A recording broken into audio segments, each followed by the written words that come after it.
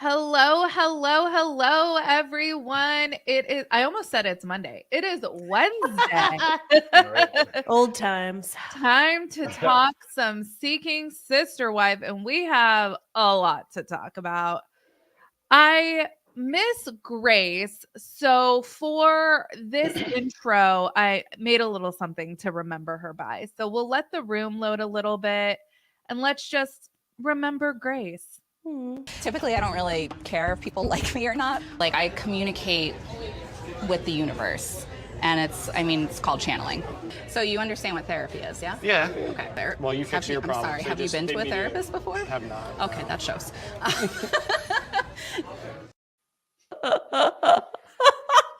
wish we had more of her. I'm sorry. Have you been to a therapist? There was there's zero stakes in that really. I mean, they have kids, but their kids are young enough that hopefully like they'll figure their shit out before they traumatize their kids too much. But I would have loved to have seen Grace and Shane just like go at it for a whole season. That would have been nice. Yeah, right. What's ironic? Oh, I'm sorry. No, go ahead, James. What's a little ironic is it just occurred to me that he said, I don't know how therapy works, but his wife is a therapist, right? She does therapy. She does counseling. I forgot. I think she's like a psychiatrist or like a psychologist. She's like a doctor level. Right, exactly. So it's like, I have no idea what that means. Like even though my wife is a mechanic, I don't know anybody who fixes cars. Like what?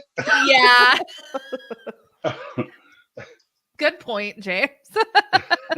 You know what, Sarah, when you were saying how much you miss Grace and how you would like to see her some more scenes with her and Shane, I was like, you know what? That's why it's nice when you have seasoned reality stars on your show, because they know to like kind of let's prolong this fight a little bit before we get Grace out of here. Let's get some nice TV in first. They'll give us that good theater school acting. Yeah, for sure. Like, I mean, the Merrifields, whoa. Like, we have so much to talk. The Ryans, we have so much to talk about. But the Sherwoods are relatively unproblematic given the circumstances that we find ourselves in. Who would have thought? Yeah, right. Probably because they don't really fit the show. I think you're onto something there.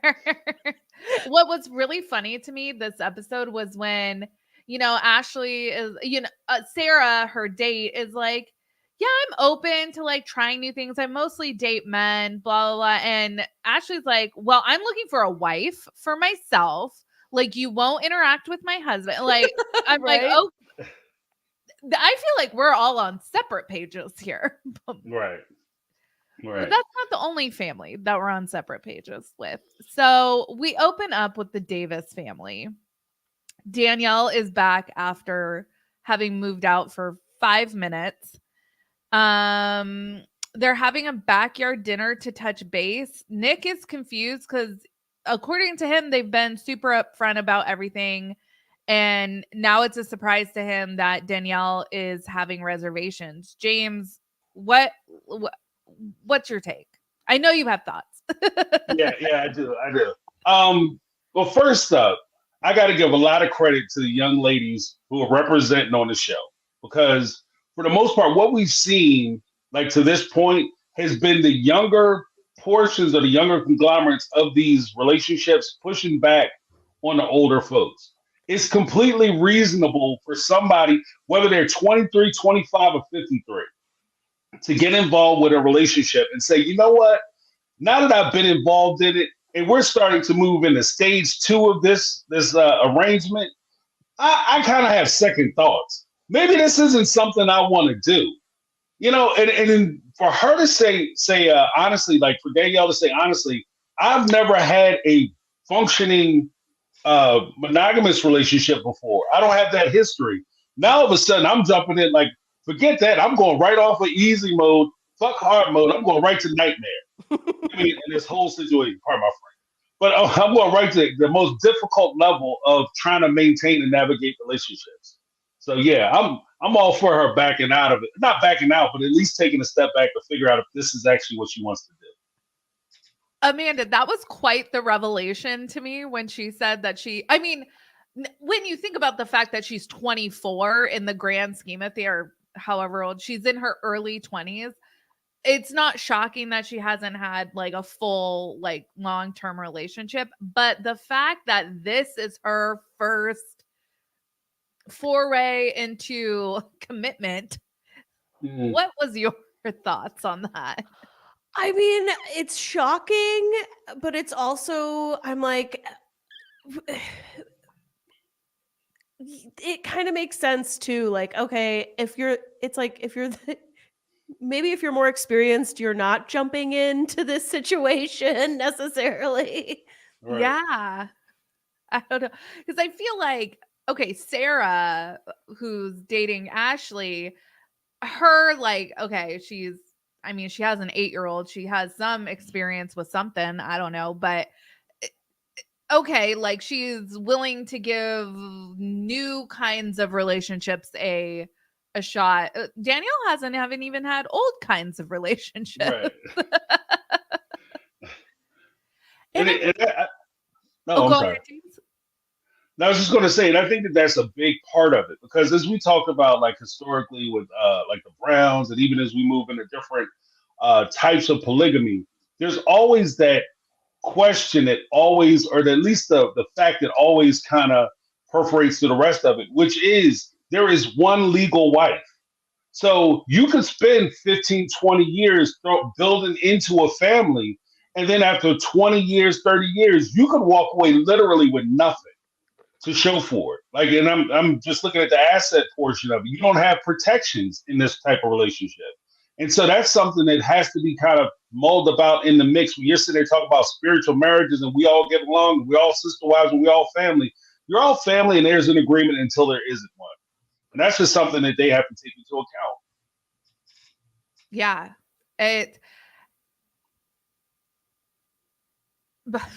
Sorry. I am so curious because, Danielle is so young, and I don't know how old Jen is, but I think April's in her 40s, like her late 40s, because she has like a teenager. Where is Danielle's family in all of this? Like, she left and got an apartment. She didn't like leave and go to like her parents' house or anything. Right.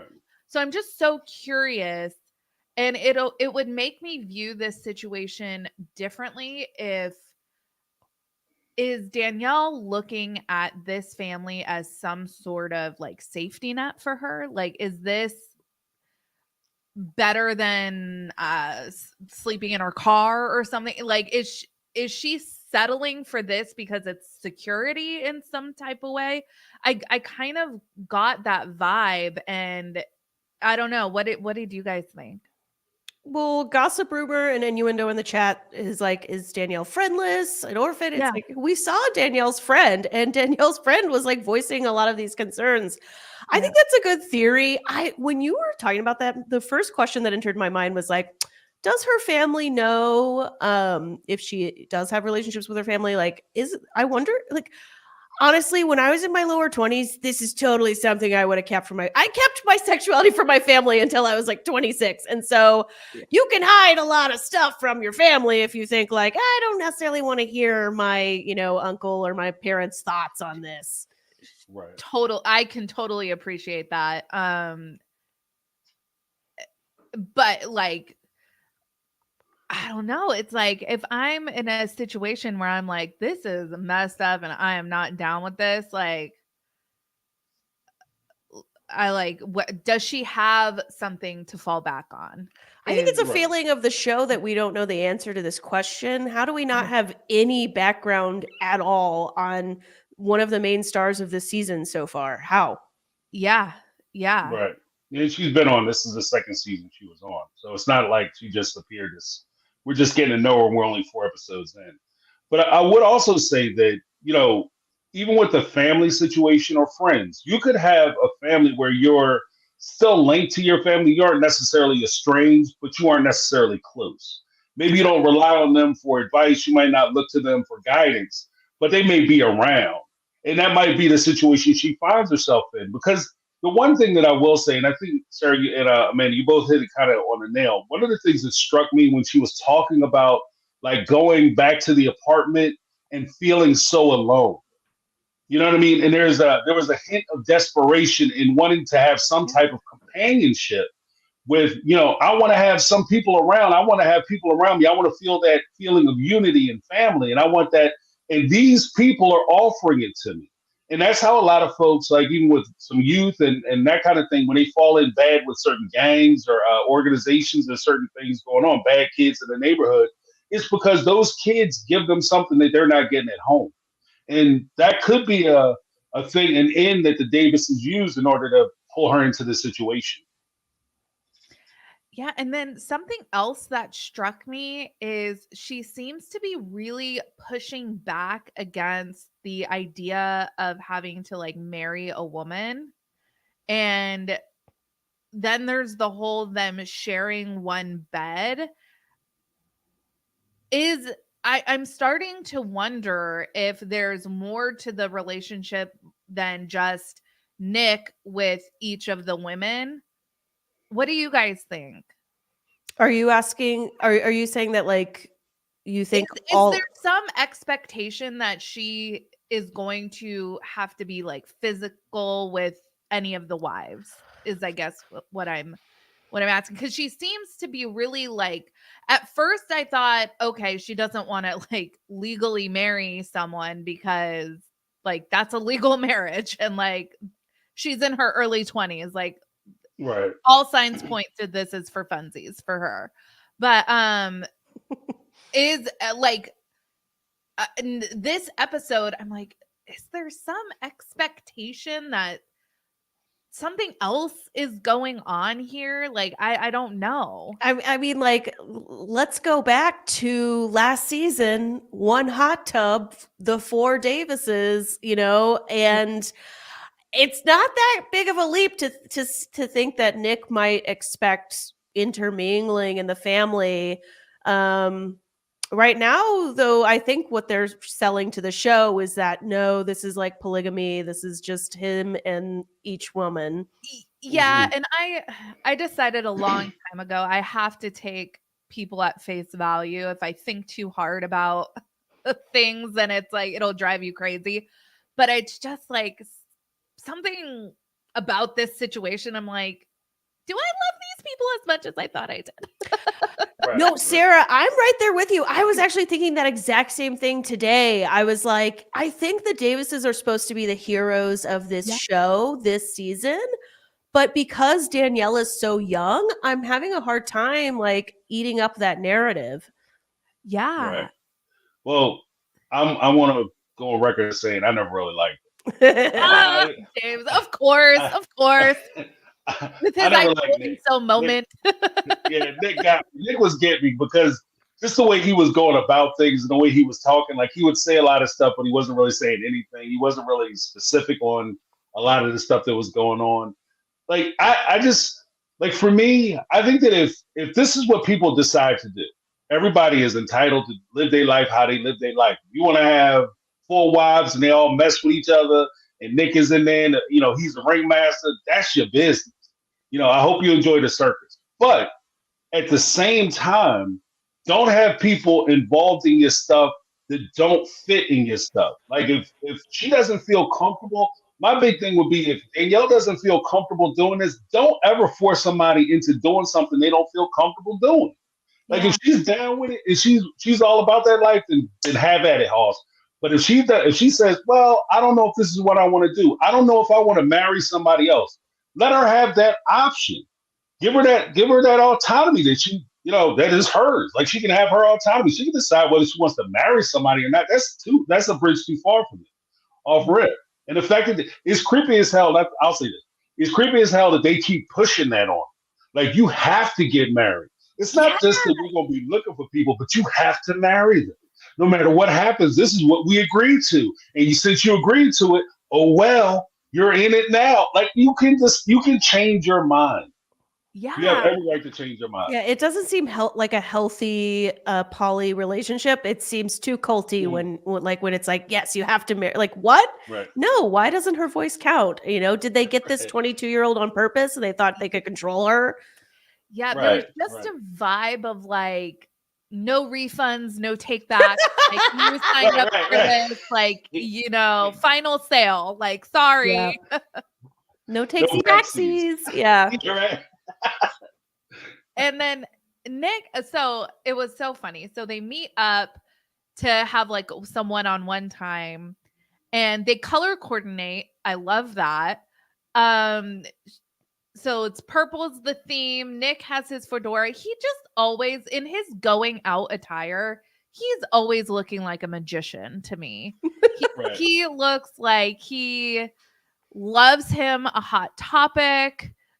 He is like truly brown, but like a man, a grown man. Mm, I know. I'm like right on the edge because like sometimes I like to take risks, I'm not gonna lie. And so I'm like, I kind of like he kind of owns it a Yeah, little bit. sure. right. And so yeah, I'm on the edge style wise with Nick. No, it's so funny. I love how I wish I was confident in my style the way he is. I mean, if it's not athleisure, I'm pretty much not interested. But Mm, he dressed up to be a stay-at-home dad and now he's gonna turn tricks, but not in that way. I think he's just literally a magician. So And confidence is right because after this episode, I was like thinking about how his famous thing on this show has like one of his funny things has been that he's like, I'm just staying at home thinking, and this is yeah. my Yeah. valuable content. It's Yeah. like that confidence to think like I just had a thought, and that is really valuable. Like, okay, I want that confidence. When he said we have enough workers, we need more thinkers, I was like, God Right. bless. God bless you. And well, the crazy part to me is that like I don't mind so much the fact that he said, we need more thinkers and not enough workers.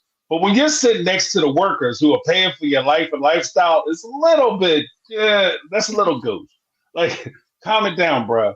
Take it down a minute. Like, that's something that you say amongst your buddies when you out and your wives are at home and you sitting there talking trash. Yeah, we need more workers. I ain't trying to work, son. I'm trying to think about stuff. What are you thinking about? I don't know yet.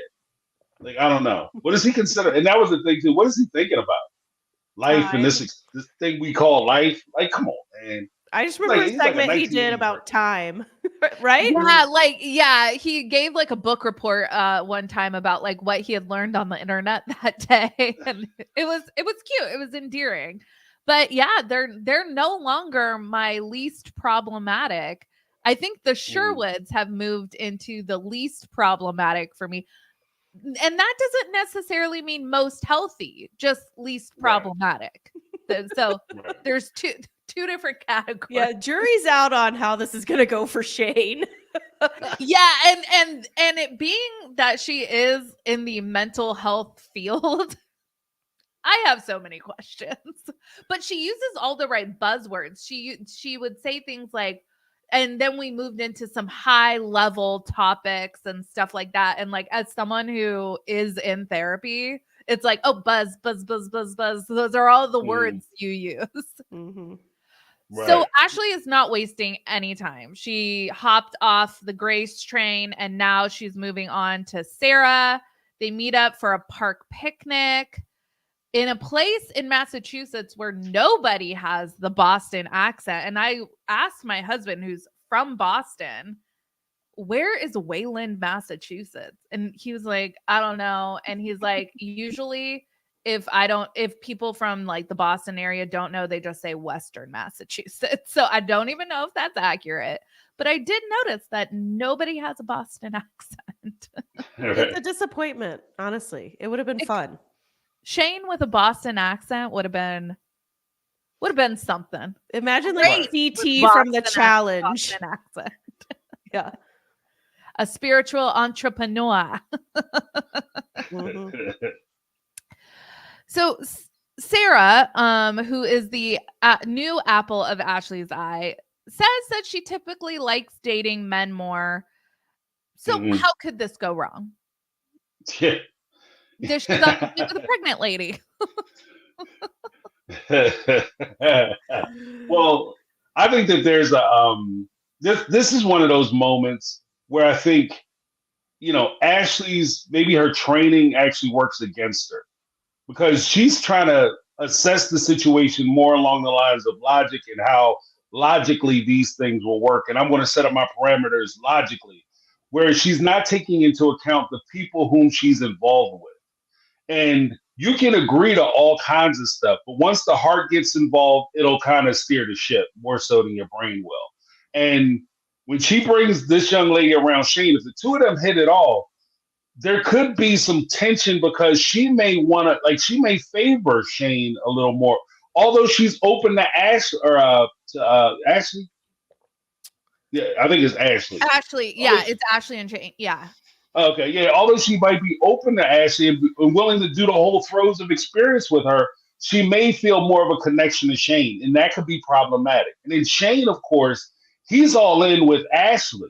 And I'm not 100% certain that he's about this lifestyle because he's so worried about like the connection that she may have with these other ladies when they go out that he just seems like he has a lot of reservations and he's just kind of going along with it because, to be honest with you, it sounds like she kind of talked him into it. Like, this isn't a thing.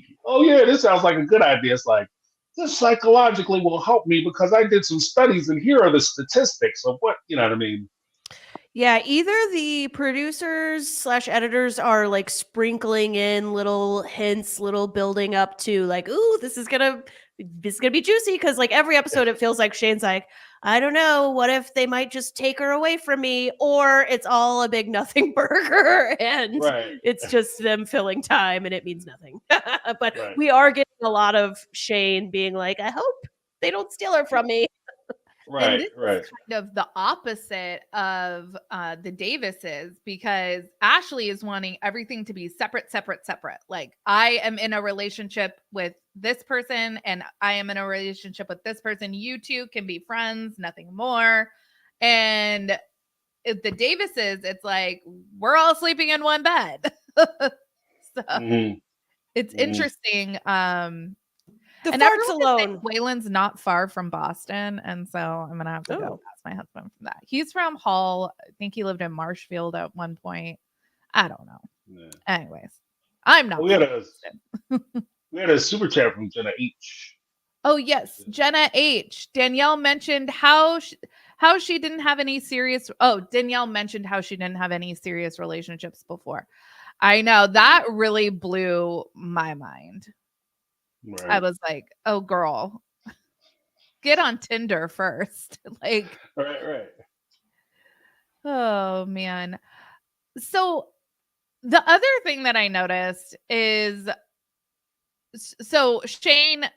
Ashley comes home. She's recounting her date. She reveals that she kissed her. Shane is like, oh, you guys kissed. And then Shane was asking the real questions, in my opinion. And he says, how did she feel about you being pregnant?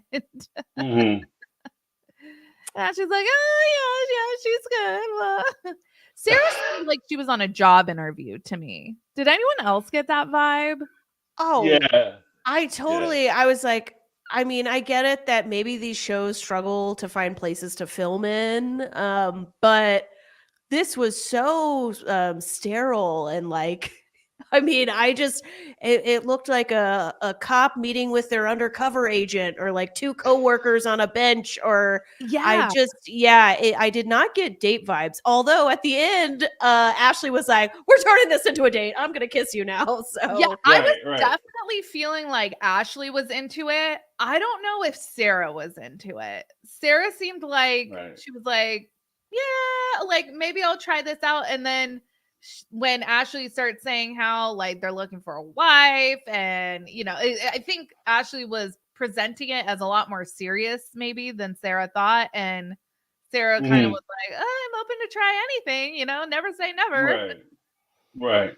Well, because I think that's the key point because Sarah had mentioned that when she was involved with those types of relationships, they were more in and out. Like they were more one night standish or flings, as opposed to actually trying to build a whole marriage. And it's also ironic too, because the way, and this is where I'm saying that, like, if you're going to do this, in my mind, you have to be crystal clear as to what it is you want. You can't use euphemisms. You can't use like little side, oh, well, we're going to get it there, get the fucking boogie. No, you have to say, look, this is what it's going to be. I want a side chick. You're not, you could be friends with it. You could be cool with my husband, but if there's any hanky panky going on, I'm coming in and, the hammers are flying. Like you have to let her know from the start, because she's also, Sarah, to her credit, she was very upfront in saying that I'm attracted to men primarily. I like women, but my main thing is men. That's her thing. That's her business. She's being upfront and honest about it. And she's telling you where she's at. So if you bring that home to your husband, then that's on you. You're inviting stuff into your house. And maybe this is inappropriate for me to speculate. I'm not sure. But I could potentially see a situation where I don't know what the like fidelity expectations are between the three of them, but what if, Sarah starts developing feelings for Shane and they're all in a relationship together? Like, I mean, I think this is interesting, but didn't we see in the previews that it's going to go the other way and it's going to be, or did I get misled by the previews? Oh, I was just speculating, so I don't know. It could have been what you said, Amanda. The thing from the next time on that I like globbed onto was when the Ryans are like hunting down their ex-girlfriend like against their wishes. So like creepy as shit. Yes. That was that, James? I was this close to going French on you. I'm about to go bilingual. But yeah, that was crazy. That was crazy. I didn't like that at all. I'm not a fan. Psycho. That's like stalking. Yeah. That's criminal. Yeah, she said don't come. We going anyway. And we're gonna show up and she's just gonna accept us and receive us when we get there. No. If she said don't come, she said don't come. Don't be showing up on people. Yeah, they told you not to come. I appreciate that Ashley asked for consent to kiss Sarah at the date. Consent is a 4-letter word to the Ryans. Yeah, and they're getting all these previews come out when all this information is coming out. Becky being the daughter of like a really horrible person, or sorry, stepdaughter, not daughter, stepdaughter. Can I give you guys my book report? Oh, yes. My Nate Davis book report. Okay, let's move on to the Ryans, who last week just seemed like, I don't know, like a middle-aged couple that wanted to try swinging or something. I don't know. They seemed like harmless. Could not be further from the truth. So I went down the rabbit hole with these guys. Yeah, her stepdad. Well, first of all, her mom basically like Robin Browned her, like kidnapped her from her real dad and then was like, this is your new dad type of situation. There's even like a newspaper article floating around. I saw it on Reddit where like the dad was like, yeah, she basically like stole Becky away from me. Wow. So, but yeah, this guy, there are YouTube clips where he is calling Fox News. I included it in my video today, saying that the Bible says that the age of consent is when you hit puberty. Right. Mm-hmm, right. Mm-hmm. Wait, is this Justin or is this her stepdad? This is Becky's stepdad. Okay, got it. Okay, I was thinking this was Justin. I was like, how do they have this guy on the show? Yeah, right. No, but still, because check this out. So this guy gets arrested in like 2008. Tony Alamo, which that's not even his like birth name. His birth name is like something Hoffman. I forget what his first name is, but anyways, he goes by Tony Alamo. He hooks up with this chick Susan originally, who apparently Susan was like the real like mastermind of this like religious movement. But then she died, and then he started like taking on a bunch of wives. And one of these women was this woman, Sharon, and that is Becky's mom. And so they had like another kid after Becky. And so Becky's on the show saying, like, she literally said, polygamy is not a negative thing when her stepdad went on trial for like raping 8-year-olds. Sorry, this Wow. stream could definitely probably get demonetized, but Right.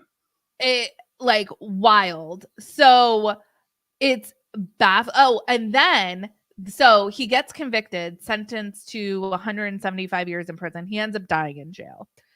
While he's on trial, Justin's dad writes a letter, letter to the editor of some newspaper stating basically there's this like smear campaign going on against this guy.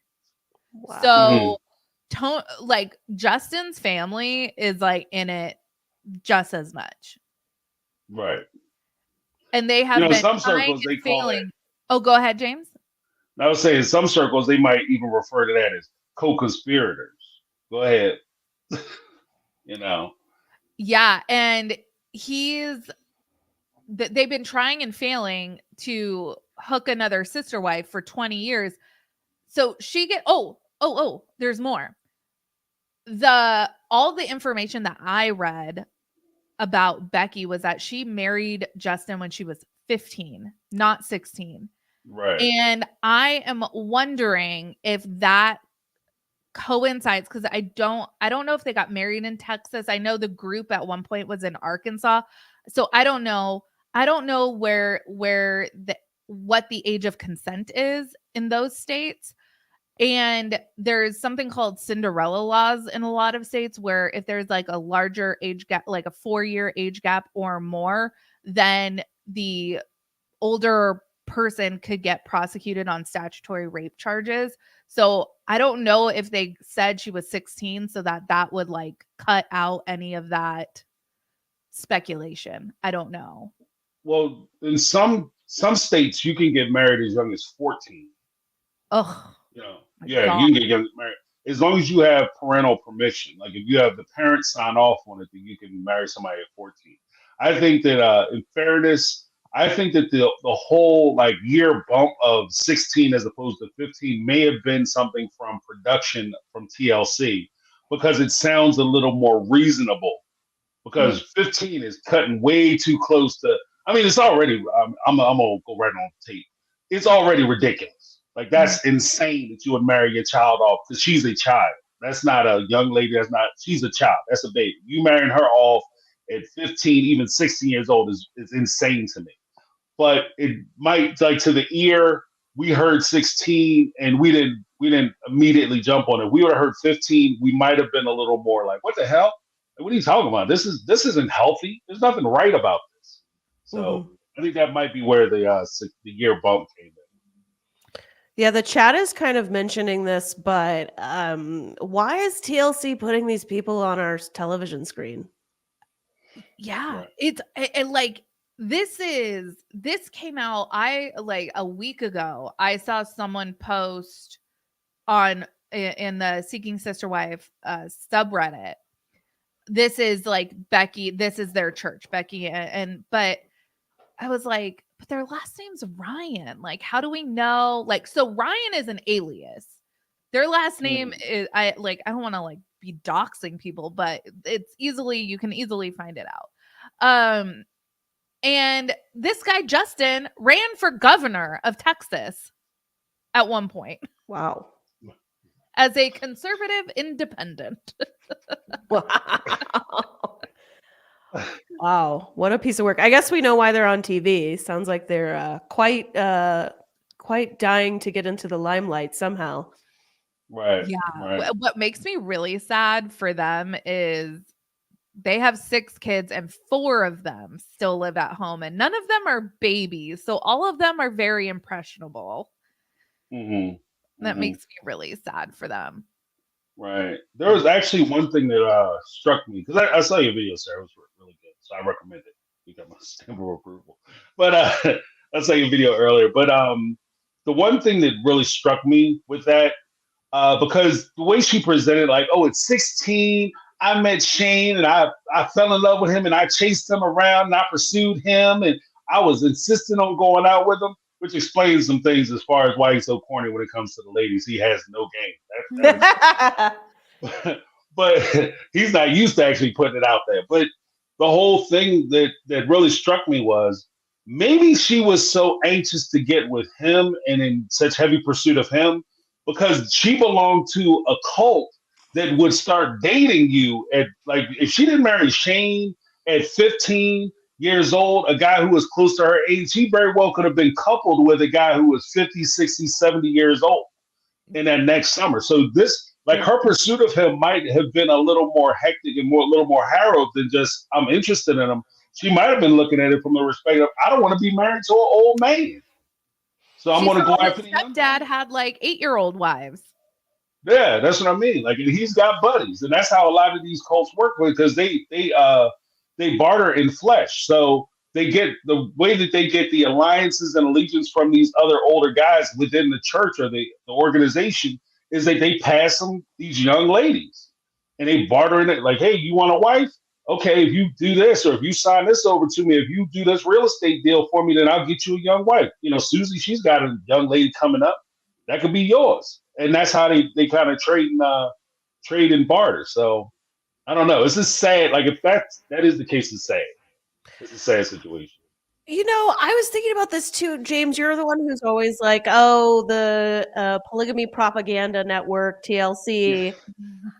And it's like kind of true because why isn't TLC digging into this stuff? It's very fascinating. Like, it's 2024. We're in the like documentary heyday of our, lives. Everyone is just like always super interested in this kind of stuff. Sarah did the digging and we're like, oh my goodness, this stuff, like, they should be calling this out. Like, look at how horrible this is.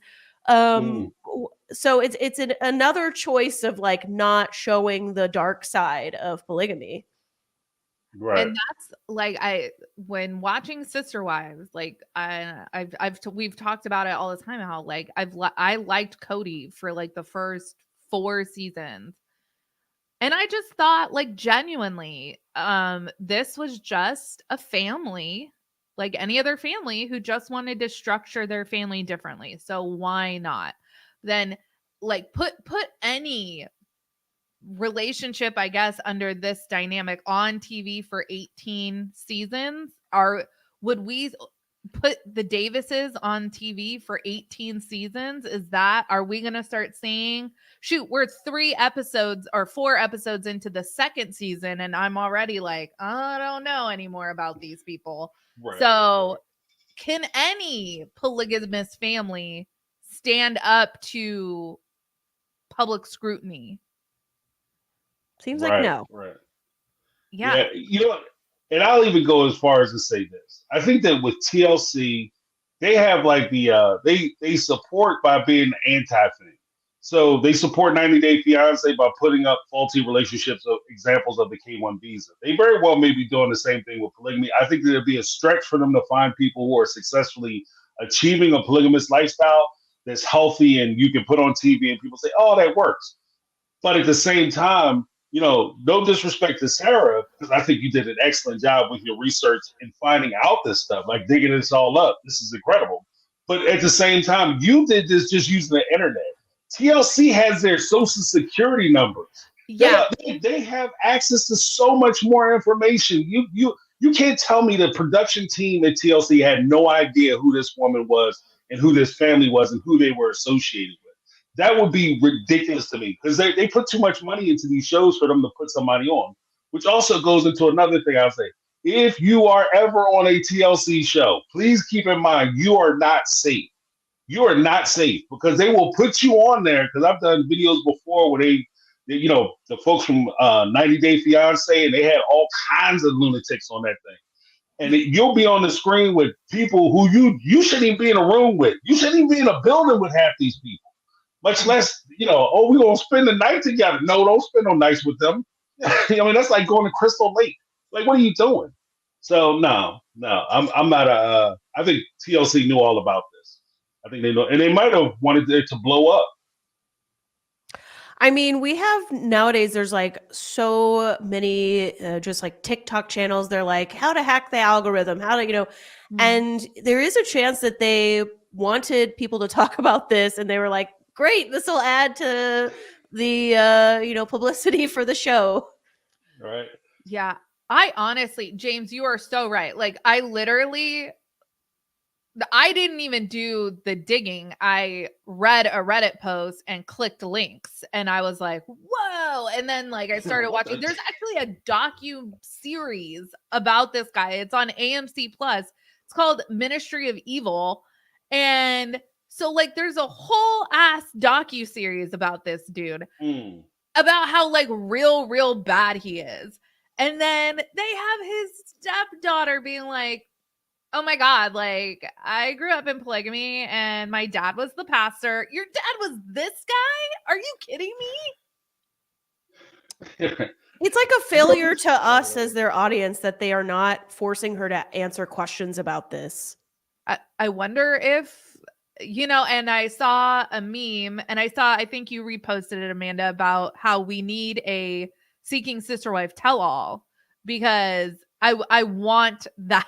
I want this address. This is the pink elephant in the room. Yes. Right. Yeah. Right. Yeah. But Oh, I'm sorry. Go ahead. I was just going to say, knowing TLC, they'd give us a tell-all and then nobody would ask the interesting questions. It'd be a waste of time. Yeah, right.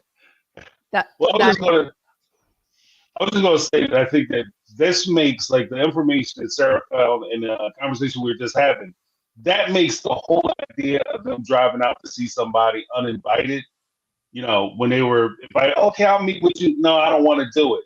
I changed my mind. Well, we're going anyway. That makes that takes it to the whole nother level.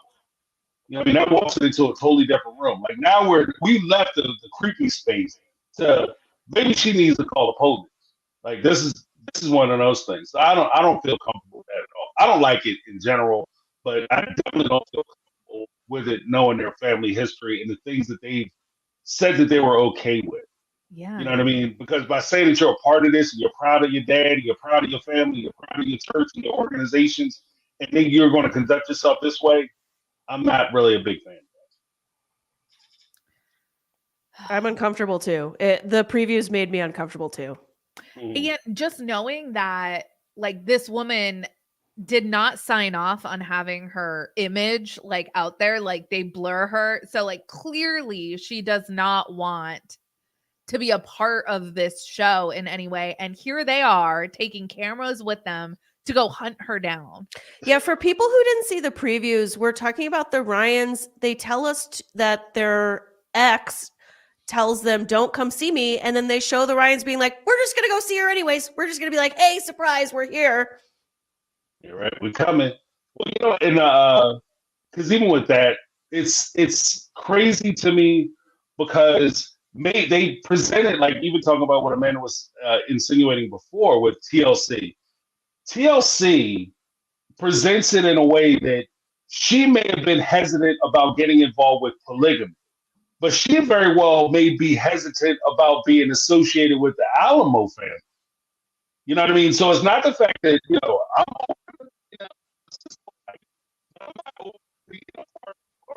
Oh, James, hold on. Your sound is going in and out. Jumping? Oh, okay. Hold on.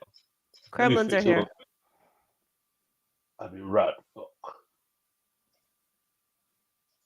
All right, did that better? Fix it? Yeah. All right, I was just saying that maybe that was part of the problem. Is it jumping still? It's a little still sketchy. Okay, hold on for 1 second. I'll be right back. Okay. While he's attending to his audio, we got a super chat from Christy. Thank you so much. I love all three of you. So glad I was able to catch you live. This is a fun show to talk about. I know I'm saying that whilst talking about these people, but there's a lot of light moments. So that's fun to talk about. How are you doing, James? I think I'm better. Right? Oh no, the Ryans kidnapped James. Too soon, gossip. Too soon. The Kremlins always get James. Yeah, I know. Are the Ryans Kremlins? You're right. Maybe. Maybe. Oh, Well, I'm really sad we didn't get the Salahuddins this episode because I want to see more of is it Naeem's mom Jamila. calling him Jeremy. mhm. I can't wait for more of that. But the Merrifields, and boy, they really are the stars, aren't they? Bright and shiny. Yeah, right. Garrick is Resting like an Dusty. AI glitch as a human being. He's like, like the way he talks is like, I'm trying to conjure emotion. Yeah, right. Can't get there. That's because he don't have any blood flow that passes his shoulders. I saw some like quiet rage behind his eyeballs. I feel like this episode where Mm. when is it Natalia or Natalia? I feel like I'm pronouncing it wrong, but No, that was great. Sarah was like, "Is it Natalia?" You did. You nailed it. When she was talking to Garrick, how Danielle said she was afraid, and Garrick's like, afraid, and then Danielle's like, I didn't say afraid, and she's like, yeah, you said afraid. You said afraid like 5 times. What are you talking about? And Garrick's eyes were like, and I was like, I don't want to be there when they have a conversation later. It was the explosive eyes, but then as soon as she said it, like she started talking about Roberta and her being Danielle being afraid. Then Garrick not only did crazy eyes, but he turned away. Like I think he turned away to try to calm his rage. Like he was pissed. Like he was not a happy dude. Like this isn't the we're gonna go to meet something. No, he was upset. Yeah. Oh, James, we lost your sound. It was doing the robot thing again, and then it just went away. And oh, now you're back. Okay. Gossip's asking the real questions. What do these women see in Garrick? Garrick Gaslight. And yet, the Ryans can't secure a date. I mean, I don't think that the women are seeing anything in him. He can't get somebody who. Sorry, James in the background. I felt like we were in a old style newsroom for a second. With the typing. I don't think. I think it's very clear that they can only get women who maybe don't understand what they're getting into with Garrick, who don't speak English, and who, you know, do they think they're going to be able to get these? They already had one failed K9 or K1 visa, right? I don't think even Garrick can get very many women. I don't know what they see in him other than free trips to Mexico. Yeah, and I think James had the info last time we talked about this, about like how many times you can even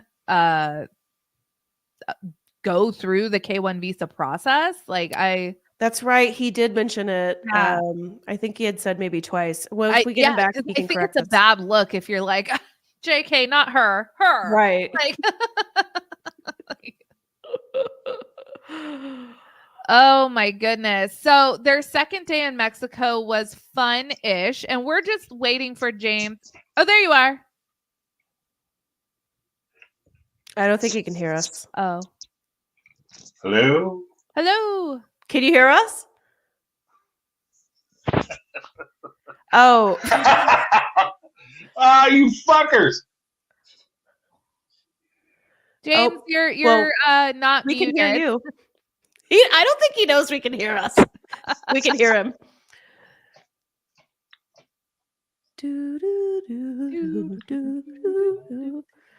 I got less vibes that Danielle was pulling strings of manipulation this episode, and more like she was trying to like run damage control for like making Garrick look bad to Natalia.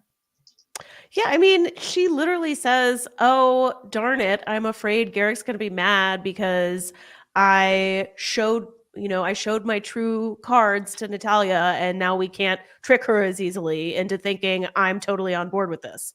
Mm-hmm. And Garrick said, quote, "I really feel like God promised our family." Oh, hopefully James will come back. Yeah, maybe he's popping out and back in and seeing Yes. if that'll fix it. Garrick says, quote, "I really feel like God promised our family more than just Danielle. I mean, I had a vision years ago that I had 5 wives and they were good." Can you imagine you're Danielle hearing this? Yeah, right? Like, I really feel like we're supposed to have more than just Danielle. Just Danielle. Just Danielle. Is that her new nickname? It's going to be Just Danielle. She goes from the big one to just Danielle. I guess I'd rather be just Sarah than like big wife.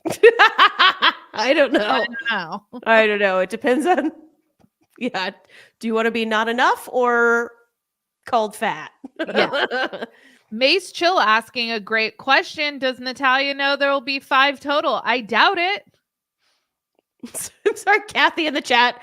We can hear James cussing. Yeah. It's been one of those nights. It's, yeah. Sometimes the internet powers that be are. Oh, there he is. Hello. I'm back. Yay. This is insane. I don't know what the hell's going on, man. Somebody don't want me to speak about it. That's what it is. It's Garrick. I know. He's like, you are not going to talk about me on this show again. Garrick who sent the Holy Spirit wind to like mess up your studio. Like, you James, will not we're crowdfunding you a mic. Yeah, right. Sarcasm for Fun says, "We need to send some healing prayers to Kathy, who managed to, with the Kremlin's help, trip down her stairs and broke her foot. Oh no. Oh wow. Oh no. Please feel better, Kathy. I am so sorry about that. I twisted my ankle once walking downstairs, and that shot pain into my leg like I have never felt before. So I am so sorry about that. That's awful. Yeah, and on the record, Kathy would rather be just Kathy than Big Kathy. So okay, we know which one she would choose. Big Kathy has a nice ring to it, though. Like you kind of sound like you have like mob ties. Mm-hmm. Right. I think because that's what they call Kathy Hilton on Real Housewives. They call her Big Kathy. Yeah. And she's like the mob leader. Yeah. CB, thank you for bringing this up. The Winders were successful. They were on earlier seasons of Seeking Sister Wives, but TLC found them less dramatic. And I always wonder, because I follow the Winders on Instagram, they've had a bunch more kids, still only the 2 wives. Would we still like them if they stayed? Like, what would things become less rosy? Because they are like the pinnacle of Mormon polygamy for a lot of us. What was his name? I forget the husband's name. Is this the guy who was like kind of balding white guy? He was like a pharmacist, and they owned a ranch, and it was Sophie and someone were the wives. Tammy and Sophie, and I don't know. People will tell me. But anyways, he seemed to really genuinely care about his wives. But it's like, would we see the mask come off if they were on TV longer? I think so. So. They're the ones I'm thinking about, because he was too excited about the new wife. Colton. Yes, I think that was his name. Yeah. Yeah, he was too excited about the new wife. If it's the one that called in and said that she had got killed or whatever, and then they turned around and she was on Facebook, like apparently she got better. That was the Aldridges. That is Yes. one of my all-time favorite storylines on Seeking Sister Wives. I don't know if you've seen this season, Amanda, but I think it's season 2. I'm not 100% sure, but Maybe they 3. date. What? I think it's season 3. Oh, 'Cause I 3? didn't start watching. Yeah. Yeah, they date a woman who fakes her own death. Wow. Right. To break up with him. To break up with him. That's amazing. Wow. And And she yeah, went, they find her like she's like posting on Facebook. Like, yeah. That's amazing. Yeah. Okay, maybe TLC isn't the polygamy propaganda because that's like that's sad. and That's it's terrible. one of his wives is Mitch Aspen's husband, Mitch's sister. So like Mm. they have a connection to the Browns. Yeah. Wow. And actually, the guy, the husband, he appeared on Sister Wives too. Like there was a period where Cody had met some of his friends. He was one of the friends that he had met with when he did like a boys' night out. Mhm. So he's Whoa. been around, yeah. But yeah, it was messed up because they went on a date. Like they were supposed to meet this woman. They all sat around on a picnic and they talked and they were, oh, we're so excited to meet you and the kids are going to meet you and it's going to be such a great thing to bring you into the family. It's going to be amazing. You're going to go out with the husband on a one-on-one date. Then you're going to come back because she was a nail tech. So you're going to come back to the hotel after your date with him and you're going to do our nails. Yeah, So that's they right. they were turning into an attention servant. So she goes out, she skates around with him at a ice skating rink. And after the date is over, he's like, all right, let's go back to the hotel. And she's like, oh, I got a phone call. I'll be right back. And then she said, what? Who shot who? Oh, my goodness. All right, well, I'll be right there. I got to go. It's a family emergency. And she leaves. And then like a week, and then they don't hear anything. A week later, they start getting texts supposedly from her sister saying that, yeah, she's in the hospital. She ain't going to make it. She just passed away. Oh, my goodness, it's terrible. We don't know what to say. And then all of a sudden, the message just stopped. And then they found out she was on Facebook. Like, yeah, I'm not having a great time. Like, That was it's great. awesome. That was peak sister moment. Oh wow. Mace Chill thinks Danielle was definitely trying to, pull some strings, ruin things between Garrick and Natalia. I definitely can see that.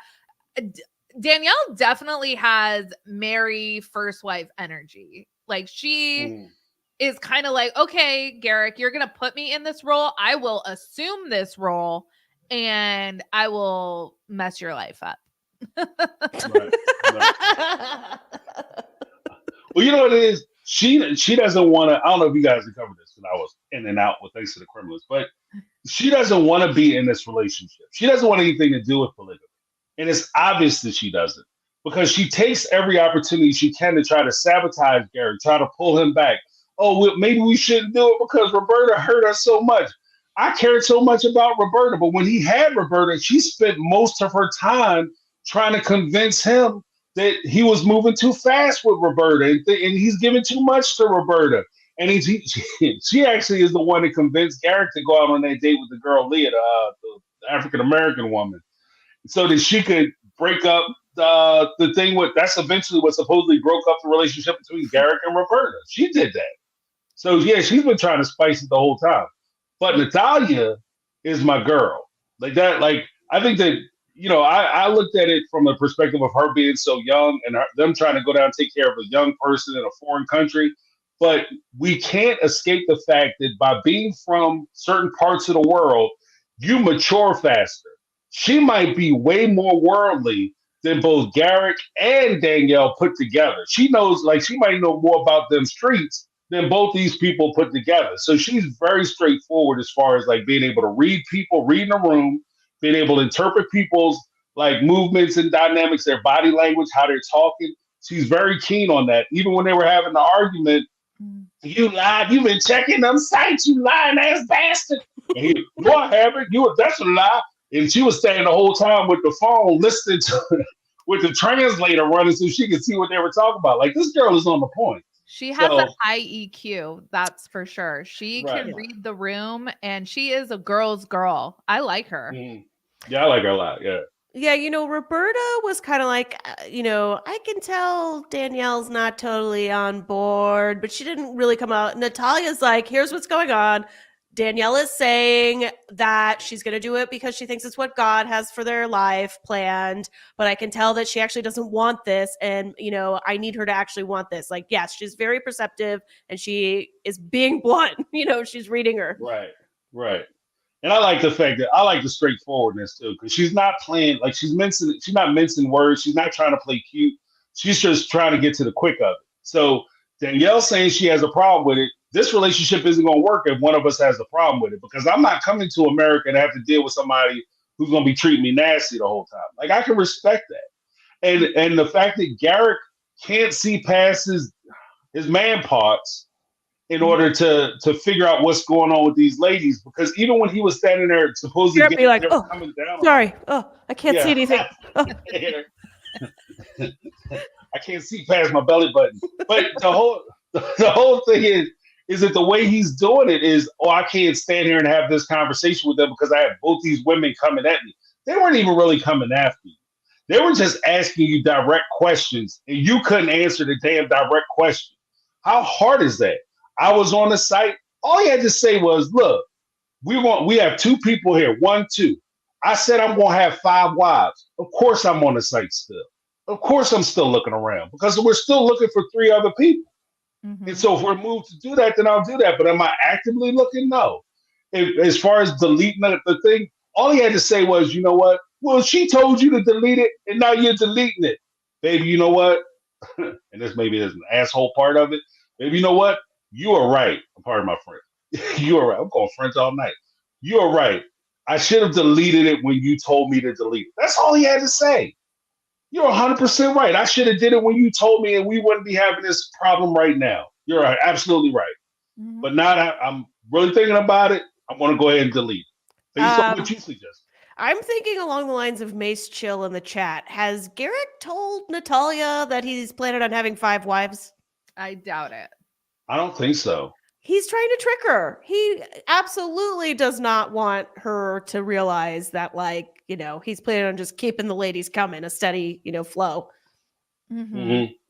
Well, I'm sure, even if he did mention it, and I'll even give credit to Mace on that, but that's a good pickup, because even if he did mention it, I don't think that anybody, even Roberta, I think she knew that there were going to be additional wives, but I don't think that they really think that he's going to actively go out while we're still in the mix, and try to find people. This is kind of like when you have a friend and you meet somebody and you're kind of talking to them and your friend says, hey, you think they got somebody for me? Dude, I'm not even in there yet. What are you talking about? I'm not even solid. I don't even know if I like her. Why would I hook you up with her best friend and all of a sudden I got to hang out with somebody I don't like it? I don't really like. So no, we got to just make sure everything is everything. And I think that's where even Roberta and Natalia, if they know about it, is where they are. Bless you. Bless you. Bless you again. It's coming. Thank you. Leanne Marie says, I love how Garrick only has to be engaged to sleep with these women. What Christian philosophy allows pre-marriage boom boom? None that I know of. It's so stupid. Just give up the whole pretense that this is God's plan and you're just being a great Christian. It's like, no, everybody can see through that. Who do they think they're fooling? Nobody is buying this. Yeah. Jenna said Danielle did an IG live. Did anyone see it? I think, yeah. Aren't they going live after the episodes? Are they doing that every week? Yeah, but just Danielle did it Monday. Oh. Did you watch, James? I heard part of it. And that's why I'm to be honest with you, up until this point, I kind of felt bad for Danielle. I had some reservations about really coming down on her. But after listening to that interview, those reservations are now gone. Danielle is all the way in. She's just as guilty of this whole thing as Garrick is, as far as I'm concerned. She's as bad as he is, because she's an enabler. So you caught that live and you interpreted it as she's putting on a show, not necessarily, she's being had, she's delusional, she's not living in reality. Right. Well, I think that she's manipulating the situation. I wouldn't say it that way, because I would say, she's just kind of playing the scenario. She's manipulating the situation because Garrick wants to do the not the premarital. He does want to do the premarital. But Garrick wants to do the polygamy thing. She's not necessarily wanting to do the polygamy thing or participate in it, but she understands that she can't come directly out and tell Garrick that this is something I don't want to do.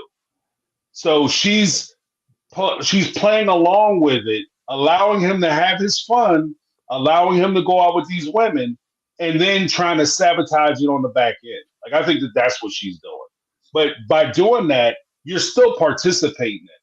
Like, if you're just because you're tricking them into the house, and just because you don't keep them after you trick them in, doesn't mean that you weren't part of, bringing them into the house and fooling them and manipulating them into coming in the first place. So I think she's a part of it too. Like, and I have an issue with that. Like, if you didn't have anything to do with it, you were trying to resist it, trying to push it back on it, then I'd be okay with it. But like, if you're like, okay, yeah, I mean, it is what it is. I got to keep Garrick happy because I'm trying to keep my position. Then you're right there with him. I agree with you that she's culpable, but when I watched the live, I was like, I thought it was giving Russian who has been told they better change their, those Americans that moved to Russia. There were Canadians that moved to Russia, and then they were like shit talking Russia, and then the next day they were like, we retract everything we said. It's like, clearly somebody came and visited them and told them, you better straighten up or we'll throw you out of a window. I thought that Danielle's live was giving off that, like, she was saying how happy she was and stuff, and like, that's contradictory to what we're seeing in this episode. Danielle is crying. Right. Danielle's afraid of Garrick. She's afraid of their future. So I think it's a both. I think she's culpable and she is like lost and trying really hard to get on board with this thing she's never been on board with. Right. One of the things that just irritated me in all of their scenes is Danielle, every time she's crying, she's saying that it's because of Roberta. Roberta hurt them. Blah, blah, blah. Right. Roberta. Girl, no. That is not why you are crying. You are crying because your husband's an asshole. Right. Stop blaming Roberta. No. Yeah. Right. And even the fact that, like, Roberta, she did what she needed to do. And if we look at the situation with Roberta, for those who don't know, Roberta was the person that they had dated previously. That was the person that they had dated, I guess, for the last 2 seasons previous to this. She had a 2-season run. And when they were dating Roberta and it was time for her to come to America, Roberta was conflicted because one of the things she had said was, my mother is sick and she's not doing well. So she was kind of in that quandary where I may lose my mom. And if I come to America, I can't come back and be with my mom when she dies, if she dies. I don't know if she passed away or not. But that was something that she was dealing with. And the Merrifields looked her in the face and said, to hell with your mama. You need to come to America because Garrick need to push a kid in you.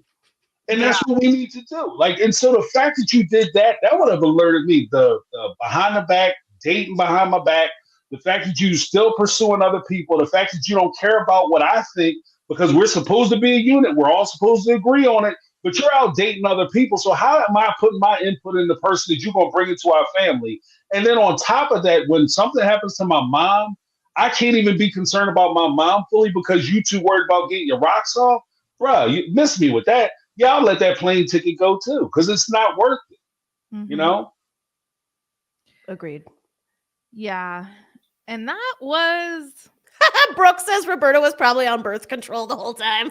I hope so. I hope so. Me too. Donna says that she hopes Roberta knew what she was doing, got her money and ran. I hope so too. Get a couple months rent paid for.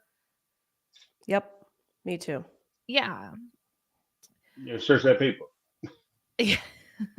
Couple trips to Mexico. Right. Why not? Luxury trips. Because that's the thing too, because they trip me out when they go down, they ball out. So they go down, we're gonna rent a villa. We're not getting hotel rooms, we're gonna rent a villa. We're gonna have swimming pools there, we're gonna have the whole nine. It's gonna be butler service, maid service, we're gonna have all that. We're gonna fly you in, we're gonna pay for all your rent, and then you're surprised that they're using you for money. Yeah. Come on, man. Oh, the one point I did want to make. They talk a lot about the Lord. Because they say, Lord told us and God told us God. And the thing that really struck me, and I even put it in one of my videos earlier about the Merrifield shameless plug. But the thing that hit me was I thought about it. I said, you know what? Maybe that was God put that on Danielle and Garrick's heart. Because if they sat there and said, I want to be happy, I want to marry somebody who makes me happy, and that's what Danielle was paying for. God said, okay, sometimes I got to take you out of a bad situation to put you in a good situation. So go ahead and do the polygamy thing, because that's for sure going to break y'all up. And then I can put you with the man you really want to be with. It's going to make you happy. Maybe that's the track Danielle is on. Maybe she's going to find her happiness after she leaves Garrick in this bad situation. Because this is not working. Because he doesn't give a damn about her. He doesn't care about her at all. And it's apparent. It's sad to watch. Kirsching his mellow in all the worst ways. Like he visibly annoyed, and he does not show an emotion at all. And he was visibly annoyed. Yeah, Right. I see a lot of online chatter about how, Danielle is a catch and she doesn't seem to realize it. And I agree. I think that outside of whether it's delusion or whatever it is that's keeping her with Garrick, she's smart and she seems to be hardworking. She seems to be loyal. She seems to love her kids. She seems to love her husband, despite the fact that he doesn't love her, doesn't think she's enough. Just Danielle. Just Danielle. Nickname. Oh God. Yeah. We have a request, James, to know what your shirt says. Oh yeah. I was curious about this too. It says, warning, don't touch my tools or my daughter. That's cute. That's so cute. What are you, the dad from 10 Things I Hate About You? Come on. You're Right. Kim the Tool Man Taylor. Right. Well, you should see my garage. I do have some stuff in there. So yeah, don't touch my tools. Don't ask to borrow no wrenches because you never bring them back. Then I got a whole set with like 3 missing wrenches. It's ridiculous. So. Oh man. Ty, thank you so much for this super sticker. All right, you guys. Well, this was so much fun. Make sure whatever channel you're watching on, like, subscribe, do all those YouTube-y things, and we will all see you in our next respective videos. Yeah. That's right. All right, everyone. Have a good Have night. a good night. All right. See you later.